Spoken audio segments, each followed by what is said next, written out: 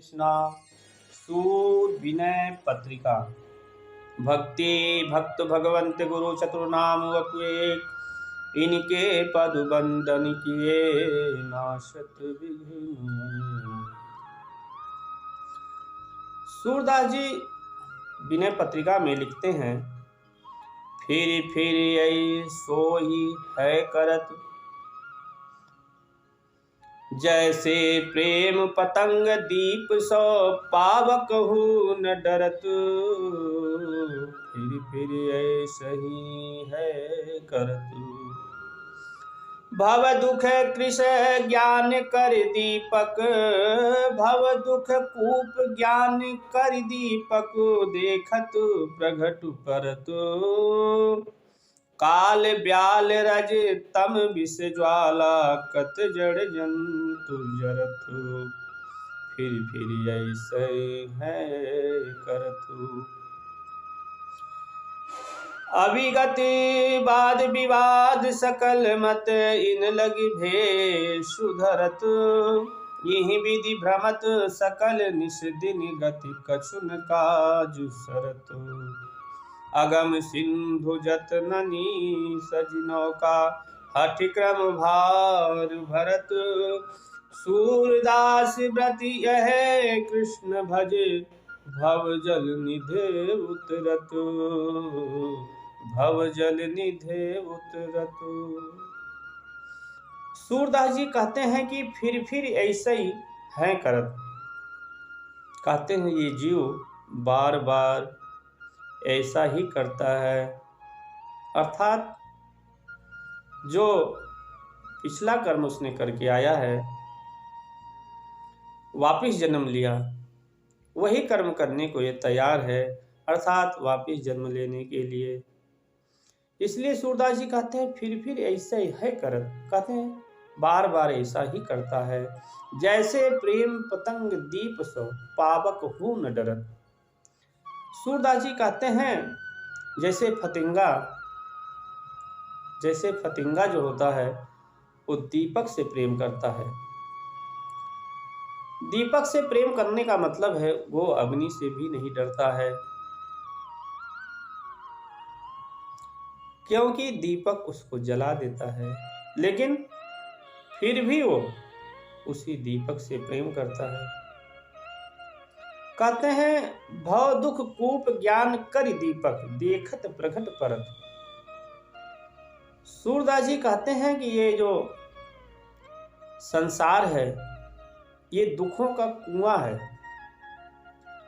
कहते हैं कि ज्ञान रूपी दीपक लेकर के देखता है, अर्थात विचार करके देखता है मनुष्य कि ये संसार जो है कुआं है, लेकिन देख करके भी देखत प्रगट परत, देख करके भी कुएं में गिरता है। तो फिर ऐसे है करत। तो सूरदास इसलिए कहते हैं कि जानते हुए भी जो कुआं में पड़ता है वही को बार बार गिरता है। कहते काल ब्याल रज तम विष ज्वाला, कत जड़ जंतु जरत। सूरदास जी कहते हैं कि ये जो काल है सर्प रूपी, अर्थात रजोगुण और तमोगुण, ये जो दोनों विषय है, इस ज्वाला में जलता रहता है, क्योंकि दुखमयी राजस और तामसी कर्म करता रहता है। कहते हैं अविगत खा वाद विवाद सकल मत, इन लग भेष धरत।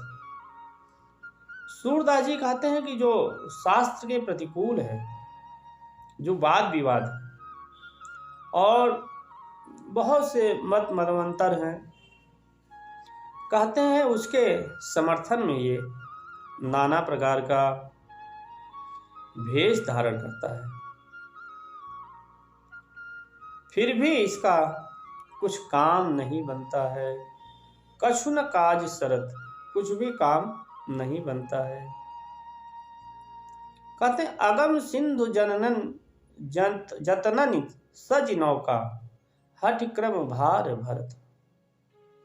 अगम सिंधु, कहते हैं कि ये जो संसार रूपी सागर है ये अगम्य है, अर्थात इसमें से निकलना नामुमकिन है। अगम्य, ये संसार जो है अगम सागर रूपी है। जतना न सज नौका, कहते नाना प्रकार के अर्थात नया कर्म, अर्थात नाना प्रकार के साधनों से ये नया कर्म करता है।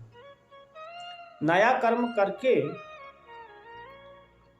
और ये हठ रूपी उस नौका पे चढ़ता है, चलता है।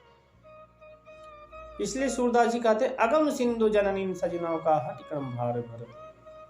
कहते हैं हठक्रम भार, कहते हैं जो नया कर्म है ये अपने पीठ पे लाद लेता है जबरन। जैसे किसी का भार कोई ढोता है तो खाली भारवाहक ही है और कुछ भी नहीं है। इसलिए सूरदास जी कहते हैं नया कर्म करने के लिए ये नाना प्रकार के साधन इकट्ठा करता है। कहते हैं सूरदास व्रत यही, कहते हैं सूरदास जी कहते हैं कि यह व्रत है, यह व्रत ले ले कि कृष्ण भगवान श्री कृष्ण का भजन कर और भव जल निधि उतरत। कहते हैं जो संसार रूपी सागर है जो अगम्य है, इससे तू पार हो जाएगा, इस पार से उस पार चला जाएगा। इसलिए सूरदास जी कहते हैं भव जल निधि उतरत। कब? जब भगवान श्री कृष्ण का तू भजन करेगा तो ये संसार रूपी सागर से इस पार से उस पार हो जाएगा, क्योंकि संसार में केवल दुख ही दुख है। इसीलिए सूरदास जी कहते हैं कि फिर ऐसे है करत।